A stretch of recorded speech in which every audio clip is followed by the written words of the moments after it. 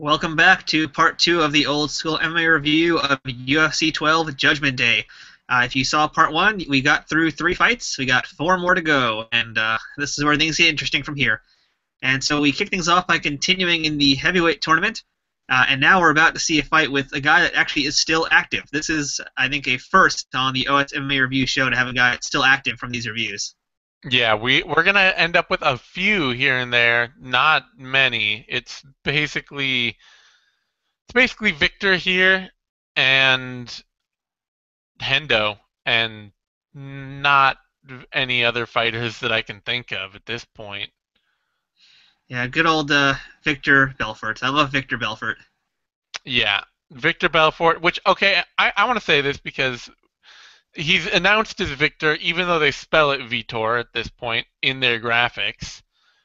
And that has to do with the fact that, not long previous to this event, Vitor was going by the name Victor Gracie publicly in his fighting career. And so at this point, we're at this crossover stage where they're calling him Victor Belfort, uh, and then soon, he'll be starting to be introduced as Vitor Belfort. But at this point, like the fact that they're calling him Victor, as weird as it is not just a mispronunciation of Vitor. So was he Victor Gracie when he fought John Hess in his debut? I think he may have been. Yeah, All right, because they that's it. talked about it in the event here that he had just decided to start going by Belfort and not by Gracie. Okay, interesting note there. Did not know that. Learn something every day. Yeah, because he was really devout. He was a devout student at the time of Carlson Gracie Jiu-Jitsu, much like Waleed Ismail, and yeah, he decided to take the Gracie name as his own to fight under. Very interesting. Now, as we mentioned, he is a Carlson Gracie Jiu-Jitsu guy, and he's already won championships in BJJ in Brazil.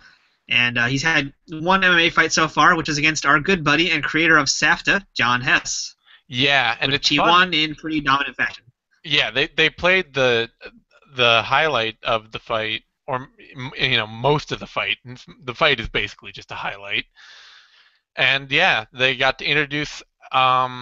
They somehow got the footage. I don't know if they bought the right to it or just decided to play it or whatever. But they got to introduce Vitor Belfort by showing him beat another fighter from the UFC, John Hess of SAFTA fame. Yeah, and on the other side of that, we're going to have Vitor making his debut against Trey Telligman making his octagon debut, and he is another Lions Den guy. He's the second Lions Den fighter on the card tonight. And Trey is interesting. He's noteworthy because he is missing his pectoral muscles. He had a car accident when he was, I believe, 1 year old, and he's got no pecs. So it gives him a super hard, muscly section protecting it, but no actual pectoral muscle. Yeah, I'm actually wondering too. He may have been. I want to say that he was the probably the longest sticking around of the original Lions Den fighters, other than Ken Shamrock in the UFC. I don't know, because I know Vernon White was still there surprisingly for a while. Yeah, I'm not saying he did his last fight was like UFC 43. I think Trey was gone by that point. I think Trey was not in Pride either. I didn't know what he was doing at that point because he did go to Pride like once or No, twice. it's Trey. White went into the WEC and WFA and even Strikeforce later on.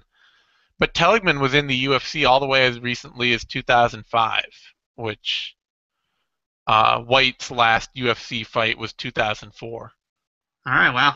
Who knew? Wow, it's kind of surprising to see the Lions and guys sticking around that long. It's you don't really see that at all these days. Yeah, it was Telligman didn't fight very often to that point. After 2000, he fought once in 2000, once in 1998, once in 1999, once in 2000, once in 2001, once in 2003, and once in 2005. But the 2003 and 2005 fights were both for the UFC. And at that point, too, Lions Den was essentially nowhere near the level it was now. It was still an unknown name, but it was starting to slowly die away. So Yeah, they're well, basically relics and able to survive just because Lions Den did give them very good skills at the time. yeah. Lion's Den was very much a camp that kind of rose, like Hammer House, rose and fell with remarkable speed. Yeah, that's kind of like just MMA in general. I mean, because after this, we're in the Lions Den era, then we're gonna go to the Militich era, then we'll go to Yeah. the Raw era. I guess we'll talk about Raw one day. That's a fun camp, and Team yeah, Quest is now hit that same sort of thing, in like the past 5 or 7 years. yeah. I think right now we're kind of in the there's more super camps now also, but we're definitely still in the Greg Jackson era. Although it's kind of funny, like, it seems like American Top Team is having a big resurgence. Like they're a team that's never gone away, always had good fighters, but it seems like ATT now is having a very huge resurgence. Well, and Nova Unao, when you consider that they were bringing people into the UFC back in like UFC 11, I want to say, was their Joe Moriera it was the first Nova União fighter, I believe. And I think that was UFC 11, and they're still one of the powerhouses of MMA. I think Morera was UFC 8, but yeah, Nova União has been around forever, and UFC they're not 8, going away. yeah, Yeah, even longer.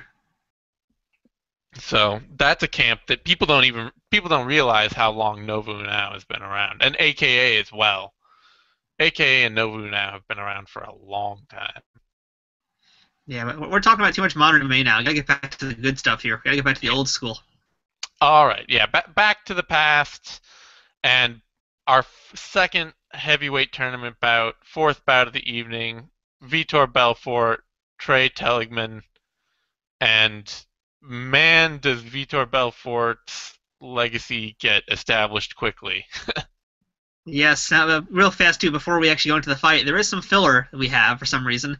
Yeah, They do a flashback to Chemo fighting Hoist Gracie. I don't know why exactly they did that, but that's what we got. So Chemo yeah, Hoist, we got to see that again. we just got that, and then we got a little promo from Vitor, seeming very soft-spoken, very humble and nice. One of the things I got to say that's immediately apparent about Belfort and his potential to be a big hit for the UFC is that he speaks English. Not great, but well enough to get his point across. Yeah, his English actually is pretty good. We'll hear him talk a lot later, and we'll hear him talk a lot more a lot later. Yeah, the fact that he was a Brazilian guy that could speak English and had really good skills made him very marketable, and that's going to come in handy here. Yeah, Tank is not yet impressed by Vitor. He says Vitor's got a good look, but you can't judge a book by its cover. yeah, and but right away, speaking of which, when they actually get into the octagon and before the fight even really starts, I did like one of the things that Tank said right off the bat. This is one of those things where like he will come out with these random gems that really make him actually valuable to have on the mic. Was the first thing he noted was how passive Telligman's stance was and Yeah, I how caught that too. unaggressive it was. Yeah, I caught that too. He just had it was not quite as aggressive or bouncy, whatever you want to call it, as Vitor's. It was definitely a little bit more solid. Vitor was moving around a lot better. It looked like just even in the opening seconds, it looked like it was a much more flexible kind of stance. Well, Telligman was putting all his weight on his back foot, which meant that he was really only prepared to. I mean, it was a wrestling thing to have all your weight on your back foot so you can shoot reactively and sort of push off of it. Although wrestlers put a lot of weight on their front foot, so never mind that, whatever. But I mean, he was looking to react and like throw counters and things like that, and basically it just put him in a position where once Belfort started coming forward, Telligman's only recourse was to shell because he wasn't putting himself in a position to move well or to throw any of his own offense. And that's basically what happened in this fight. I mean, because Trey was so, I guess, heavy-footed, we'll call it. He had nowhere to go. Once Vitor started to do that classic Vitor swarm, Telligman had no choice but to just, fall down and get swarmed further. And once the fight hit the ground, Vitor quickly passed guard, got into dominant position, and just started pounding him away until he tapped out a little over a minute into the fight. Yeah, did he actually tap or was it a verbal submission? I think I watched the event yesterday. I think he did tap, but I couldn't tell. I don't really remember, to be honest. I think I saw him tap out, but it was like a short maybe tap on Vitor.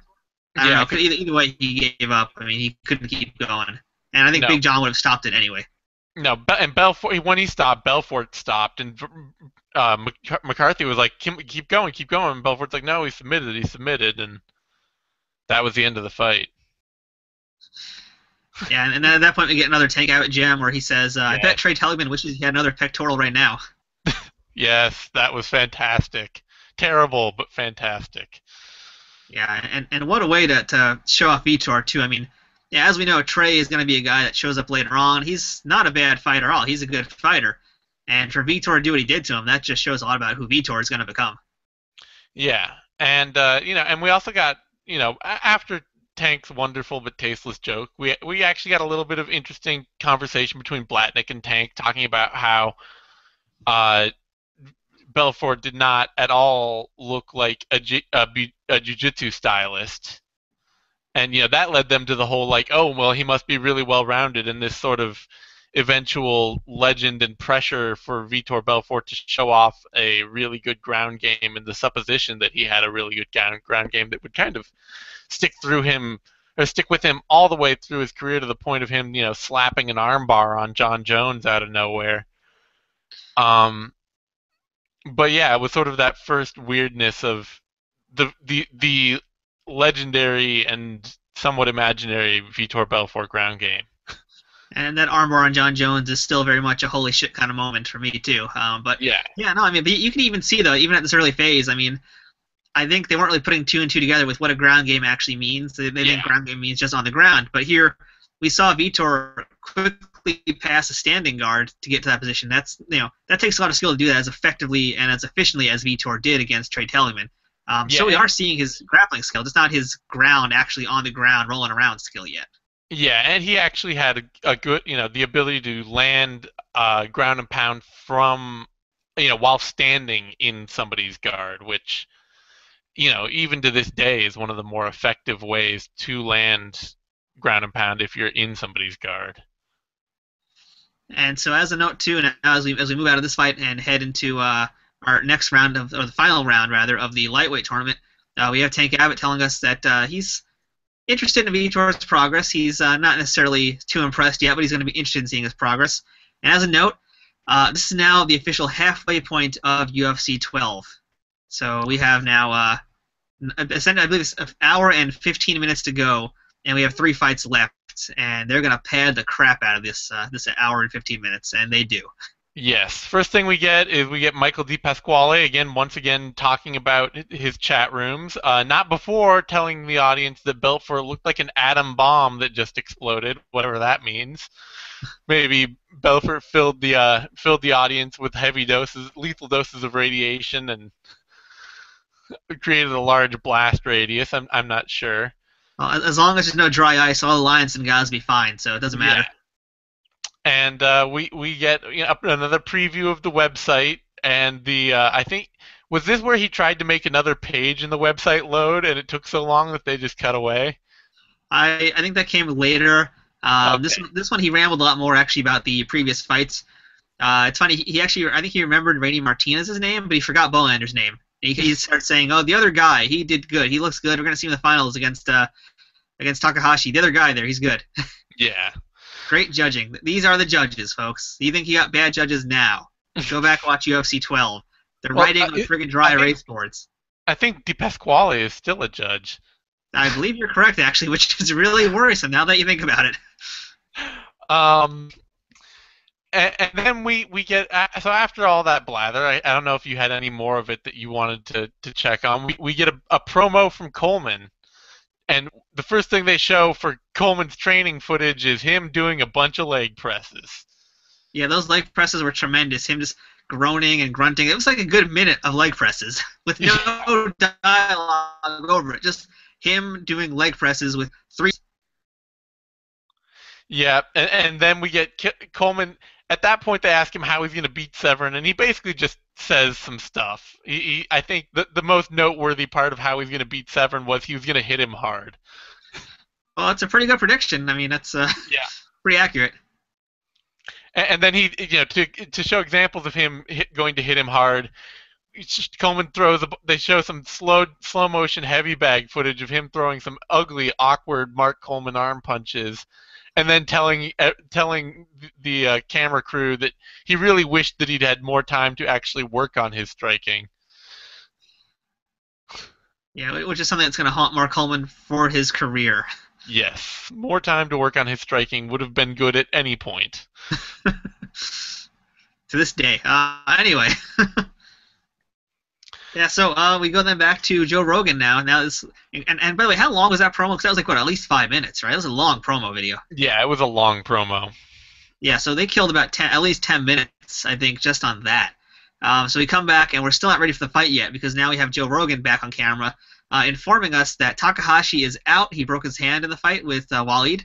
And so replacing him is the alternate Nick Sanzo, who is a New York native, and he won his prelim fight pretty quickly. So he is back against Bohlander in the finals. Yep, and then to drive home Takahashi being out, they showed a bunch of confused Japanese fans who very likely had zero clue what was going on. Yeah, because I'm sure no one had told them yet what was going on. I don't know if Manny Garcia had mentioned it yet. We couldn't really hear it because they were too busy showing that promo with Coleman.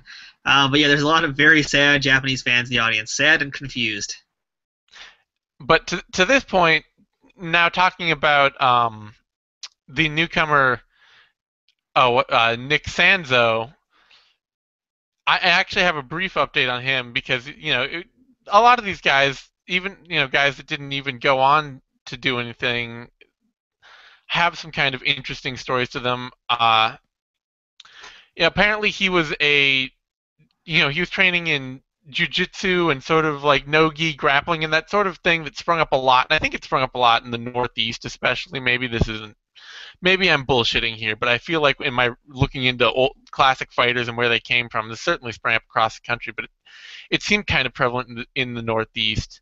Oh yeah, we had Naga and Grappler's Quest in the Northeast area as their home. So yeah, was the rise of, at the time, a lot of gyms really quickly latching on to the idea that they were training jiu-jitsu or BJJ when really they had some guys that trained in like traditional Japanese jiu-jitsu or in wrestling and were just pitching themselves as BJJ artists. And I believe at the time that was kind of Nick Sanzo's background. Well, it's funny you bring that up with the whole grappling thing because I actually interviewed Nick Sanzo back in 2009 when I first began my website. He was the second guest on my podcast show I did, which I no longer do. I gave up on that after about a year. And he was a guest because he was promoting his New York Submission Series tournament, which is upstate. And we actually, I didn't re-listen to the interview because I just don't want to hear myself from 2009. You guys, I'm gonna put it in the video as a link. You can listen to it if you dare. But yeah, and I actually got to meet him a little bit after that too because I went up to actually check out the New York Submission Series, which was way upstate in Albany. I think it was like a 6-hour drive to get there. That was a crazy weekend. I filmed a ton of stuff at the tournament. Did interviews, everything. One of the dudes actually competed, I believe Nick Karaja or Karaja. He actually just recently won a New York catch wrestling tournament, so he's still active. Long story short, dude was running submission grappling shows, and he's a pretty nice, humble dude. You can check out the interview later because I didn't care to listen to it again, and that's my Nick Sanzo story. I met him, and he was nice. That's about all I can say. To his credit, after I think not too long after this, he actually went to train with Carlson Gracie Jiu-Jitsu schools and Fabio Clemente and Fabio Grigel and some guys like that, and got a pretty legit black belt out of it. And so I'm not. I think, but just early on, like at this point, early in his career, his actual grappling was a bit. I don't know. Yeah, he was not. He was not that good. I mean, he basically starts the fight with his arms basically zombied open. So yeah, he was asking for trouble from the start. Yeah, and he had a very awkward promo in which he came off more like an accountant than a fighter. But all told, an ugly, a last-minute replacement and an ugly fight in the end. Not only the arms out. Hmm? There's not much to say here. Like you were saying, No. he's got his arms out. Bohlander just gets him down, gets double underhooks, and locks him in the crucifix, and that's the fight in 35 seconds. Like, there's not much to say other than it's a really great looking submission against a Yeah, I guy that's think. very underwhelming. I mean, I would put it on the next year's, tap to nothing contest because like it's a legit, sort of catch neck crank kind of thing or crucifix, but it's not actually like a blood choke or an air choke. It's just a pain move. It's along the lines of like being put in a full Nelson. It's essentially I guess an inverted full Nelson is what we call it Yeah, maybe. it's like an inverted full Nelson, and it's a pain move, and it's I'm sure one that hurt quite a lot. But he tapped really like I've never seen anybody else tap to that in the UFC ever. No, which is too bad. 'Cause it's actually a pretty cool move. I used to do it when I used to grapple. Like people don't really expect it as much, and if you do it the way Bohlander did, it's pretty effective. But I do Yeah. wish we saw more of that move in modern UFC. I would mark out if someone did that at the next UFC event. Yeah, I think a lot of I mean there's a practice grapplers end up knowing like if you're willing to ride through the pain, you don't in general you don't see that many taps to neck cranks at all. Like, very occasionally you'll see a severe one, but it doesn't happen that often. I think a neck crank is one of those moves that got lost just through old school history to today. Like it used to be a much more commonly used move, especially by the wrestlers, and now we don't see it anymore. Just for a reason, I guess wrestlers have gotten more skilled. They don't need to rely on it so much. Well, and I think too that people are generally skilled enough in grappling that when they get in one of those situations, they're willing to like stick out the pain and find their avenue out of the hold rather than just like, oh my god, this hurts so much, I better tap, you know, which I But it think is was what we're still seeing in the time. it was still a pretty cool looking submission though. Yep. Nice highlight reel for Bohlander, and Bohlander wins the tournament. So we now have our first lightweight tournament champion. It's Jerry Bohlander. Hooray! He gets his medal. Everybody's happy. And then he does a post-fight interview in which he could not sound more like he just rolled off the farm and tell He was so talking unimpressed to by his own victory. yeah talking to Joe Rogan and just said that's my plan, more wins, winning, winning, winning for a while and then whether or not he's gonna stay at lightweight. He says for a while until I grow up. You Yeah, so know, even the fighters are disparaging the under 200 weight class. That's how bad yeah, this is right now. yeah, they don't want to be there. But he just has so much. It's like so much an aw shucks kind of interview. So just like I'll be there for a while until I grow up. He would have fit in perfectly with the Militich camp then. Yeah, yeah. It's kind of adorable, honestly. He is very endearing. He's not a great promo, but he's an endearing promo. He's the underdog you want to see win, and he's our first Lions Den guy to win the little boy tournament.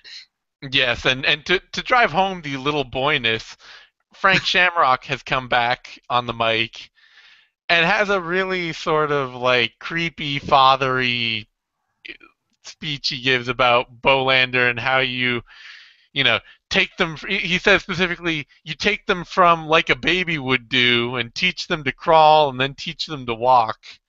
And it's just very like, oh, we're Bohlander is my child and I am crafting him into a fighter. You take the good, you take the bad, something, something, something. The facts of life. Yeah, pretty much. Did you catch the Manny Garcia mess up in this fight? I did not. All right, we once again have two Manny Garcia mess ups. He says that Bohlander is 3-1 in the octagon, which I think is a offshoot of the Cinnabon, and he says Nick Nanzo is Nick.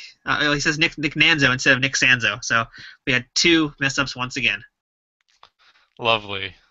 I'm glad you're keeping score on those because I missed most of them. I was not. I think I, I tend once I hear the announcer's voice, I just tend to kind of like tune it out. I would have too, but it's Manny Garcia, and I had this feeling tonight that he was going to either be amazing or horrible, and I needed to figure out which one it was going to be. So I took a lot of notice on what Garcia's doing, and there's a reason why he didn't get invited back, I guess. Yep. So then suddenly we're promised Belfort versus Ferrozzo as the next bout, and we get the graphic, and it's like here comes the fight, But first, we're gonna rewatch Taktarov versus Severn, as though that was a fight you really wanted to rewatch right now. Yeah, that was. I skipped over that. I got bored. I Yeah. couldn't watch it. I was like, I don't need to see this fight again. It's got nothing to do with what we're watching today. Yeah, I just skipped it too. I mean, it wasn't like they added anything to it or gave any new insight. They just showed the fight with the old commentary. A totally skippable 20 or 30 minutes right there.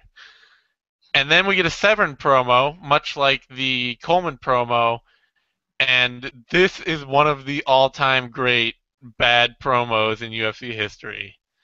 Tell it, Zane. Tell it. This is it's Dan Severn's finest hour. It is. So not first of all, he's much better cutting this promo than he is in almost any of his interviews or off the cuff promos because he gets to like read it all off cue cards and have practiced it all 15 times. So his delivery on a lot of his lines is actually reasonably smooth, unlike the normal robot voice Dan Severn. But his pro wrestling like heel turn attempts are just the worst thing ever. And he has this line talking about getting ready to fight, and he says it makes the beast crazy, not Dan Severn, but the beast. It makes the beast crazy, and the beast wants to perform. Yeah, these are probably Dan Severn's best promos ever in general in wrestling or fighting and combat sports. And man, I don't know if this stuff's on UFC Fight Pass or not, but I hope it is. I hope they didn't take this out of the Fight Pass versions of UFC 12.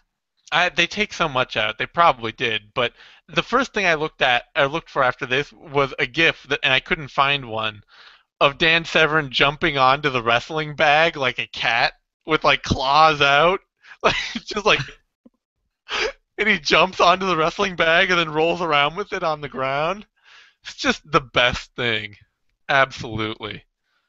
Yeah, this was a good time to be Dan Severn. He just did not care. It's kind of funny because he just didn't care about this event. It seems like, and we'll talk about that a little bit more. But I don't know. To me, he just didn't seem to give a shit at all from minute one. He didn't care about this fight. No, yeah, and it made it a lot of fun to watch, but it was weird. Yeah, so all that took up about I think about what 25 minutes or 30 minutes before we actually got to the fight that they just promised us. Well, yeah, because then we get the Coleman versus Hornstein replay. That's right. Yeah, so we have to see that fight again because that's so worth seeing again.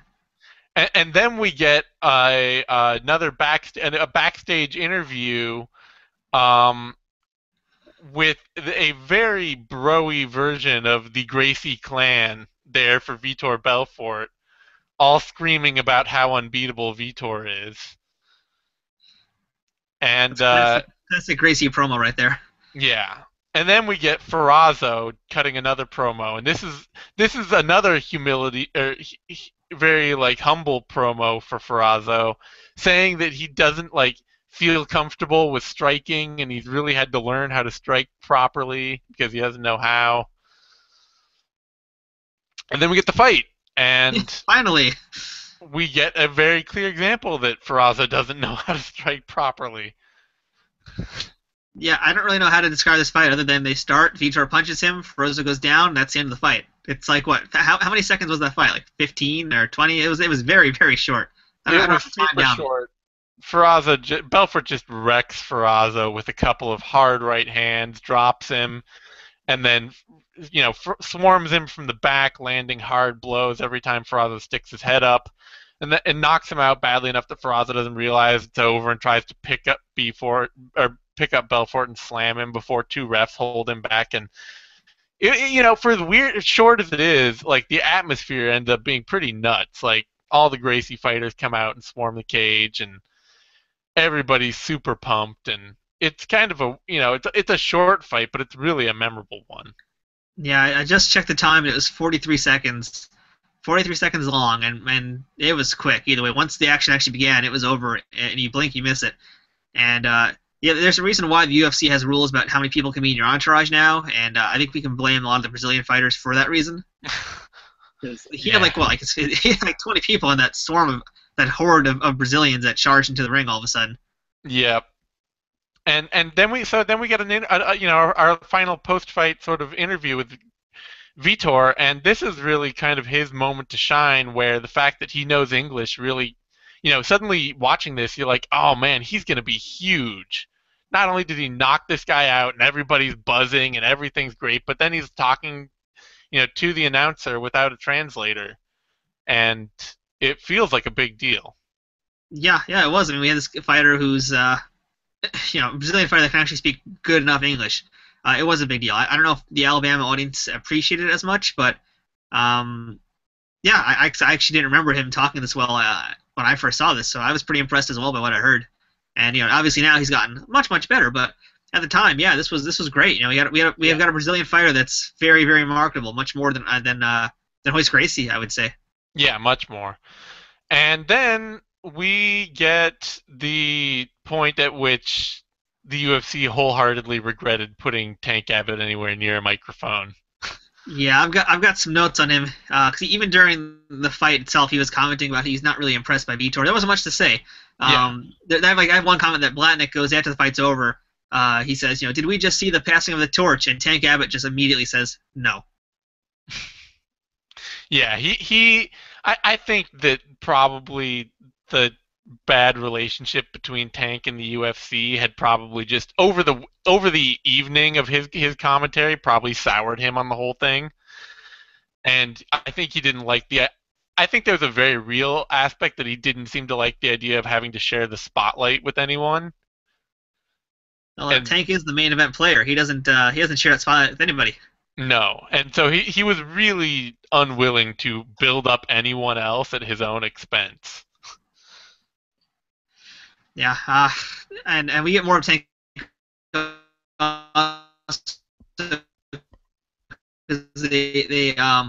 they bring up, I guess, a fight with Ken Shamrock, which must have been something they were trying to fight. He says he's got no interest in that fight, and he doesn't like how it's always up to Tank. Why doesn't Ken? Why can't Tank challenge Ken or something? There's something going on there. But apparently that's what we know is backstage they were trying to get Tank versus Ken, and it never happened. Yeah, I mean that seems like the obvious reason that both men were there that night. When you think about it, is they were there to they'd both be on the broadcast, and then they'd get this fight going, and book it for a future event. And Tank just starts shitting on Shamrock like right then and there. Starts calling him Glammy and Shamrock, Shamrock and all that, and they cut him off just like mid sentence. They're just like. He got some producers got in his ear and just cut him off, and he's just like, "Oh well, that's it." I don't know if you heard when Vitor was in the cage talking. You can kind of hear Hot Mic was still on. You could hear Tank actually talking trash about somebody. I don't know if it was about Vitor or just the Brazilians that were there, or if it was about Shamrock. He just was calling somebody fuckers for a while until I guess they shut his mic down or took his headset off or something. Yeah, it got ugly there, and. It's one of those things where you can't, obviously Tank carries a lot of that blame because we're not talking about somebody who showed himself to be, the classiest, most soft-spoken guy at all times. But the UFC really did set him up to fail, it feels like, too. Yeah, it's unfortunate because he's the guy we would have liked to have seen more of, and just a lot of inconsistency, and I think that was part of his downfall also, and that he could never be consistently training. And he just didn't care enough to train consistently either. He had no reason to do it because he wasn't getting fights enough. So I guess he just didn't care as much. And, when you have a guy like that on commentary, you can't really rein him in. He's just going to say whatever he wants to say. So it is a recipe for disaster. Yeah, they never really should have put him in the booth, given especially how much that it was apparent that he and Blatnick and Beck did not get along. No, not at all. It was funny hearing them all talk together, though, because you could tell there was this wonderful animosity between the three of them. Yeah. So that's now 2 fights into this part of the show, and that has been a total of, I think, 90 seconds? Yeah. Maybe, about 90 seconds of fights we've had, and that's already been about an hour of, not about an hour, about 40 minutes of the show. Yeah. 40 minutes of the remainder of the show that we have to go.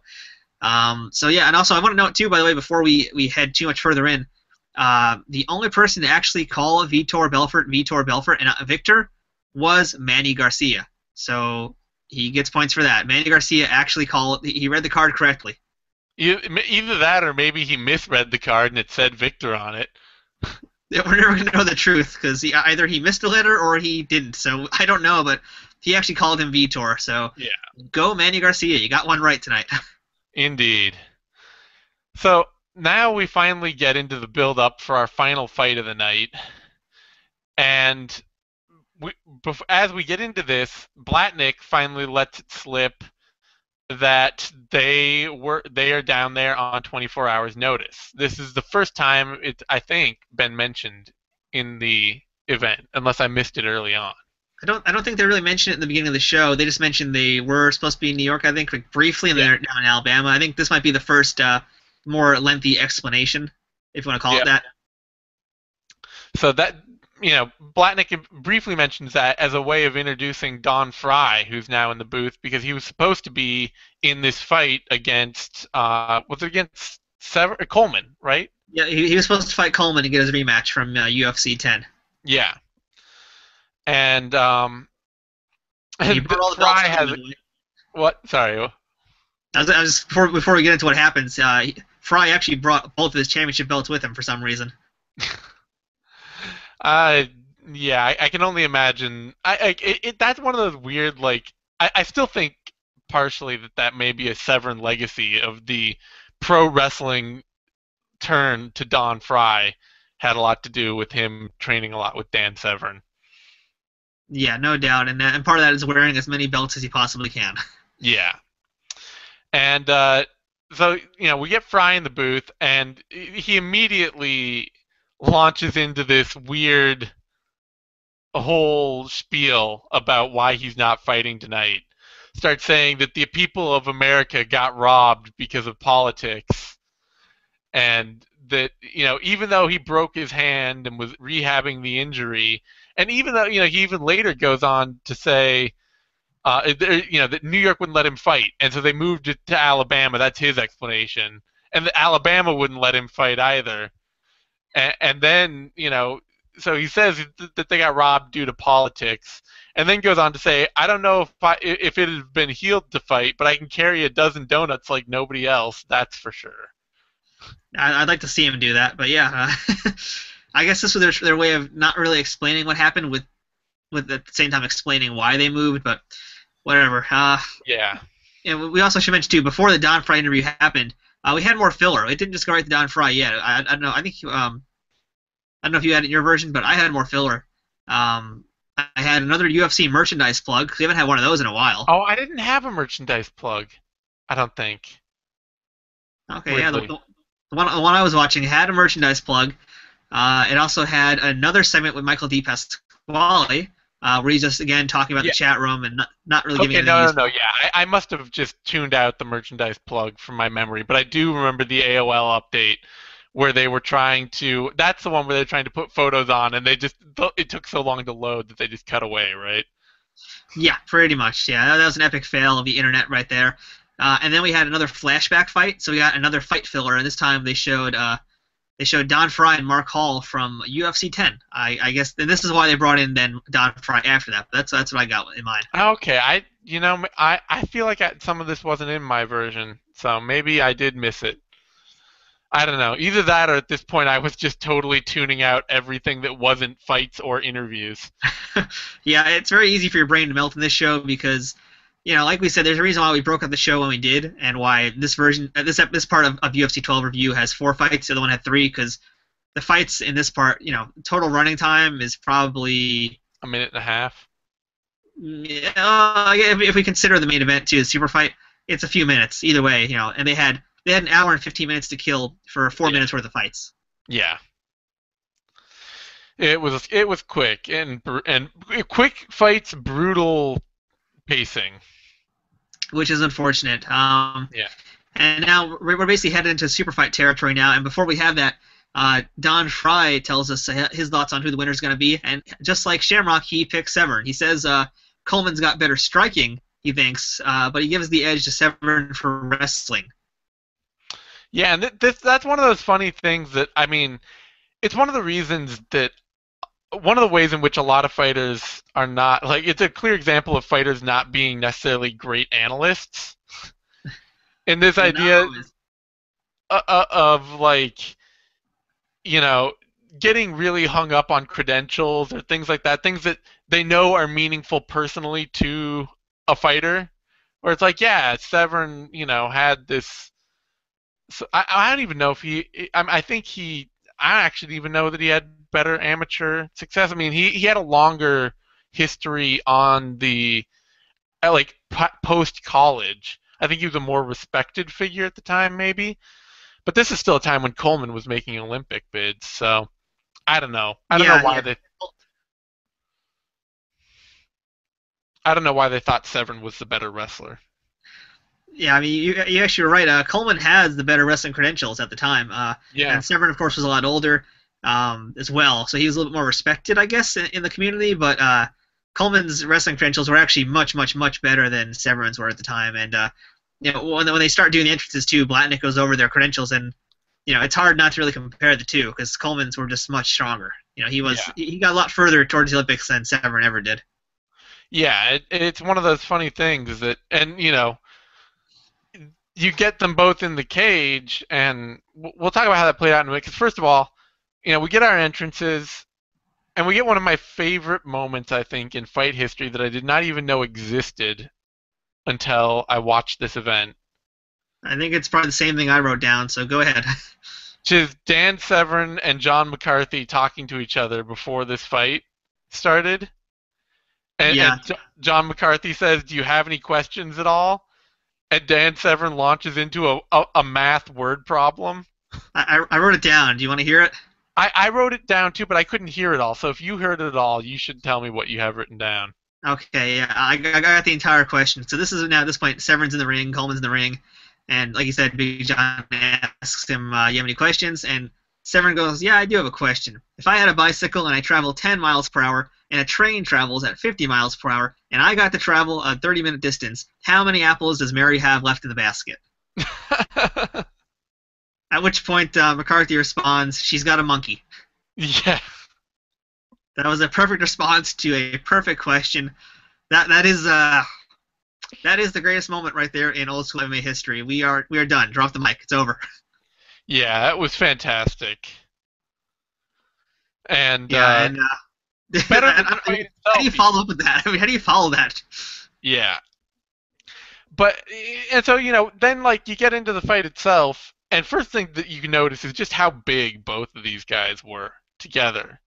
After a night of watching, even with Ferrozzo in there, like Ferrozzo's not big in the same way that Severn and Coleman are big.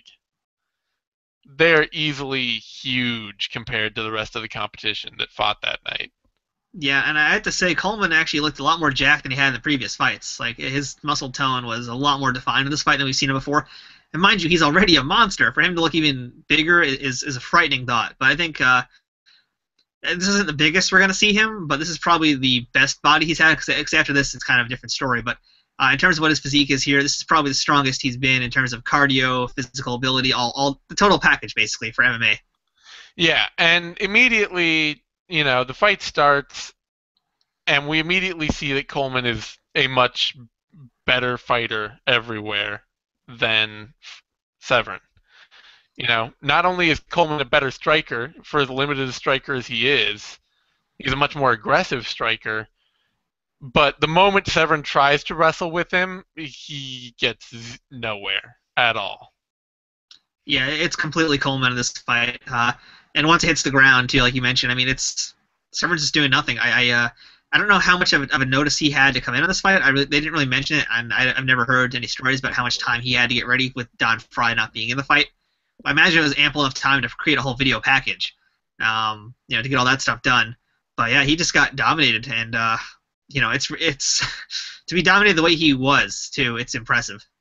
Yeah, I mean, because the eventual, the fight's not that much to watch really. Severn is shooting over and over and getting stuffed over and over, and finally Coleman gets him in a front headlock and takes him down from a front headlock and forces Severn to turtle, and gets him in like a bulldog choke on the ground, basically, just like a smother, like a pectoral smother. And after a couple minutes of that, Severn's forced to tap. Yeah, it's basically, it was he had scarf hold position, and he was doing a neck crank from there, which you see a lot of wrestlers doing, and catch wrestlers will do that move. And again, it's also one of those submissions we've lost in time because we don't really have those big man wrestling submissions anymore like neck cranks. But that's basically what it was a neck crank. Yeah. And Severn had no answer for it because Coleman is just so much stronger physically than Severn. Severn's only response was just to try kind of pushing up against the chin, which doesn't do much. That's not really giving you that much leverage to escape it. And then he tries an eye gouge before immediately tapping out because the pain was just too much. Yep. And it was just it was a really short kind of underwhelming fight. It was fun in its own way, but for all the build-up and all the decent, for a good night of fights that were generally pretty fun, it was really kind of underwhelming. It kind of reminded me a lot of Shamrock Severn from UFC 6. Like, again, same big amount of hype, two big great guys, big champions, and then it's over very quickly. And that's because one guy was just clearly better than the other, and in both cases, neither guy was Severn. So it was just, and the official time is 2:57. Coleman could have probably ended it sooner if he wanted to. He could have done whatever he wanted at any point in this fight. Pretty much. And afterward, Art Davie is there in the ring, and he's telling Coleman that he's the best in the world, telling the audience that Coleman is the best in the world. He's the best reality combat athlete, I believe is what he said. Did he say best reality combat athlete? Yeah, because he's really trying to push that word reality combat instead of cage fighting or no holds barred, so he called him reality combat athlete. I can understand that at the time from their pressure, but and then they went back to Frye, who was still in the booth, right? Yeah, Frye was still in the booth, and then he announces that UFC 13 it's going to be Don Frye against Coleman. Yep. And he had a bit of insight saying that he was hoping that to fight his fight the next time out, and that he didn't fight smart last time, and that he fought Coleman's fight and thought he could out wrestle him, and that now this time he'd know better. Yeah, and we're not going to find that answer out for a long time, unfortunately. No. This is the era of things not going nearly as planned for the UFC. That's a good way to put it there, yeah. And I do want to mention also we kind of forgot about Joe Rogan, and that's because Art Davie basically hijacks his post-fight interview with Mark Coleman at the end. Yeah. No, Rogan just kind of he flits in, and then he's not back for a little while, is he? I think he's still there at the next event. Is it the next event? Yeah, he'll be at 13 also, I believe. He'll stick around a little bit. I don't know if he's there. A lot of these I just don't remember that well. I know he's at 13. I don't know what happens after that for a while though. Yeah, 'cause I think there was a break between him being a backstage announcer and him being a broadcast booth announcer. Yeah, at some point I know Jeff Osborne comes in to replace Beck, I believe. That's going to happen soon, but not too soon. We still have a few events before that happens, so I'm not too sure exactly what happens. I know Blatnick sticks around. We'll get Osborne for a while, and then who knows? It's the dark ages. Anything can happen. Yeah, we very much are running into this. Anything can happen, and every event is going to be its own sort of mini sort of world of its own problems and changes and last-minute fixes and all sorts of things like that. Now, by the way, did you catch? I guess you didn't catch this during the entrances of the fighters in the Superfight. Jeff Blatnick is actually defending the Superfight from UFC 9. Did you catch that? No, I didn't. Yeah, he was actually saying that was the last time Severn fought in the UFC was UFC 9. He says, and he's basically defending that fight, saying that it was people say it's boring, but it was a very tactical and technique-filled fight. Well, yeah, there's a reason I tuned that out.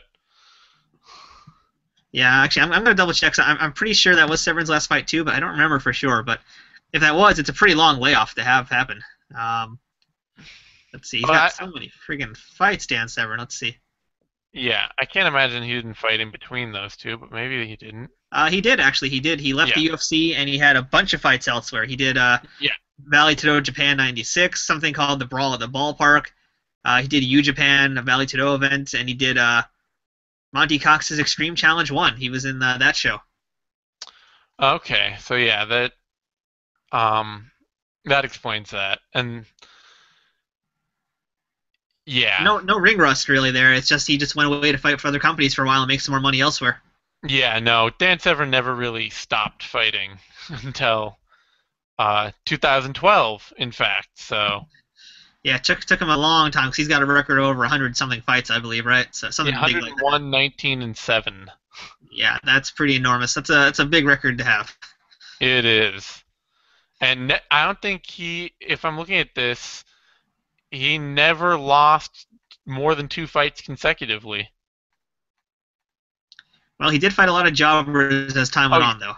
oh yeah, no, he did. But even still, I mean, he's like 60. What do you expect? Yeah, yeah, it's pretty good to be to have that kind of legacy, though. It's still pretty impressive, regardless. He's a guy that wants to work, which is it's a good ethic to have for fighting. It is. And I think that pretty much wraps up UFC 12. Yeah, this was, it's hard to judge this show because there was a lot of good fights. I don't really think any fights were bad. I wouldn't call anything bad. No, no, It's just the nothing was pacing of the bad. show kills it. Yeah.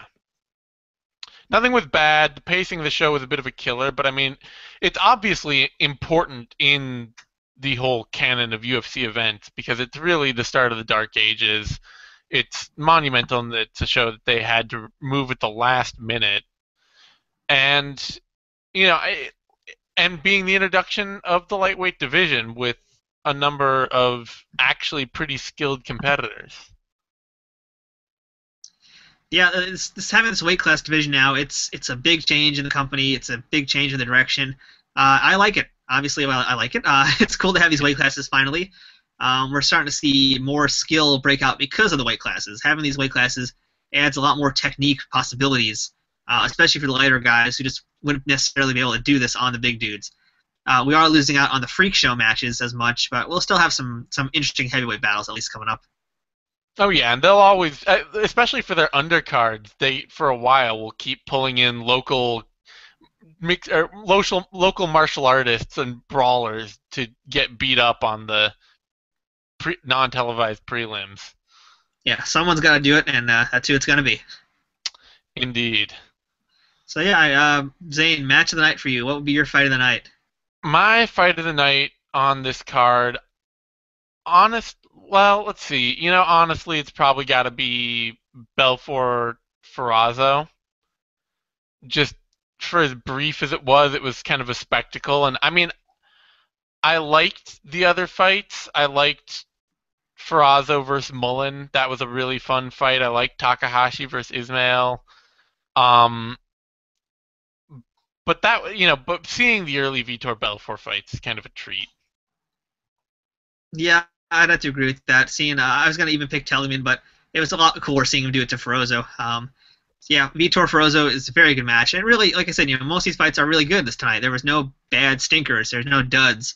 I think the closest thing to a dud for me was Takahashi and Ismail, but it wasn't a dud either. It was still a good match. It was just a lot slower paced than everything else on the show. That's really the worst you can say about it. It's a little bit slower paced, a little weird, but still was a good fight. And actually, speaking of Takahashi too, I mean, had he continued, how do you think he would have done against Bohlander? Uh, that's a good question. I don't know. Um, he looked great in this event, and it's not like Jerry Bohlander was some unbeatable force in martial arts or in MMA, but I'm really not sure how he would have done. Part of me thinks he would have won just because his punching mechanics were obviously so much better. Yeah, that's kind of where I give him the edge is the striking, but Bohlander was a lot faster, I would say, overall, Yeah, which makes me wonder about the grappling skill. I mean, Takahashi, I also would have to agree with Waleed. I don't know if he was actually in that right weight class. He might have been just on the cusp of heavyweight, but, it's tough to say. I don't know, but had those two guys actually ever fought, it would have been nice to see that happen. Didn't ever happen. I give the edge for punching to Takahashi, but the speed and overall ability, I think, would still probably have to go to Bohlander. I think he somehow to the ground eventually, or once it got on the ground, he might be able to pull something off. So I think for me, I'd probably choose Bohlander, but it's a tough one to pick. it is. It would have been a great fight. It would have been a much better fight than Bohlander Sanzo. The Bohlander Yeah, Bohlander winning that lightweight tournament title is not. I mean, it's still good, but it's not as meaningful as even Belfort winning the heavyweight one. yeah, I do have to agree. Actually, in terms of what's meaning more, and Bohlander was basically being set up to fight someone really good in that final match. Didn't happen, so instead he fought Randy Martinez and Nick Sanzo, two guys that are barely even a footnote in the history of mixed martial arts. Whereas Vitor fought Trey Telligman, a guy that went on to do a lot of great stuff coming up in the future, and Scott Ferrozzo, who was essentially a gatekeeper at this point for that division. Yep, So his victories were much more impressive when you look at it in the long term than Bohlander's was on this night. definitely. And so I think that wraps up UFC 12 Judgment Day. Overall, good show. I think it's Yeah, worth watching. Just be prepared to skip over a lot of filler because there was a lot of filler. yeah. I mean, and, we watched a lot of the extra, like the interviews and all that kind of stuff because there's some weird, fun stuff in there. But if you were just watching it casually, you could cut out a lot of that even, and you'd still end up with a lot of fun fights. Yeah, it's a good show, worth checking out. And I think that's time for us to move ahead and preview the next show coming up. So after this, we head into UFC 13, which is the debut of two fighters that I'm excited to finally see in an OSMMA review. I think a lot of reviewers are going to be too. We're going to finally get the debut of Randy Couture as well as Tito Ortiz. This is going to be good.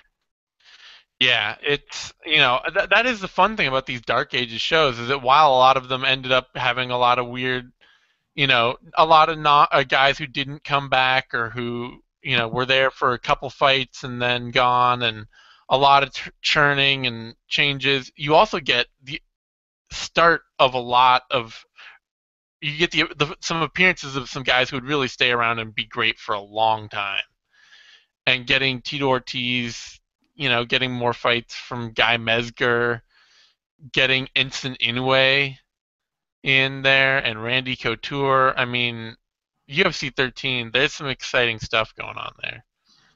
Yeah, I got good expectations for UFC 13, and that's going to be a fun one. I don't remember much about it either, to be honest. I remember a little bit of the lightweight tournament. I don't remember much about the heavyweight tournament. I don't remember the super fight. So this is going to be a fun one for me because I've been waiting for this one a while. I know a lot of the fans have been too. I'm excited, Zane. That's about all I can say. I'm very excited as well. I am quivering with anticipation. Now, hold your pants, Zane. Hold your pants. I don't want you to cover that hard. Okay, well, maybe trembling. Okay, we can tremble a little bit. All right, so that brings us to the end of UFC 12. We'll be back very soon with UFC 13. I am the Fight Nerd. That was Zane Simon, and we don't have a catchphrase yet to take us out. I guess we're going to stick with the oldie for this one. All right, until next time, I got nothing. All right, we got nothing. We'll see you for UFC 13 very soon.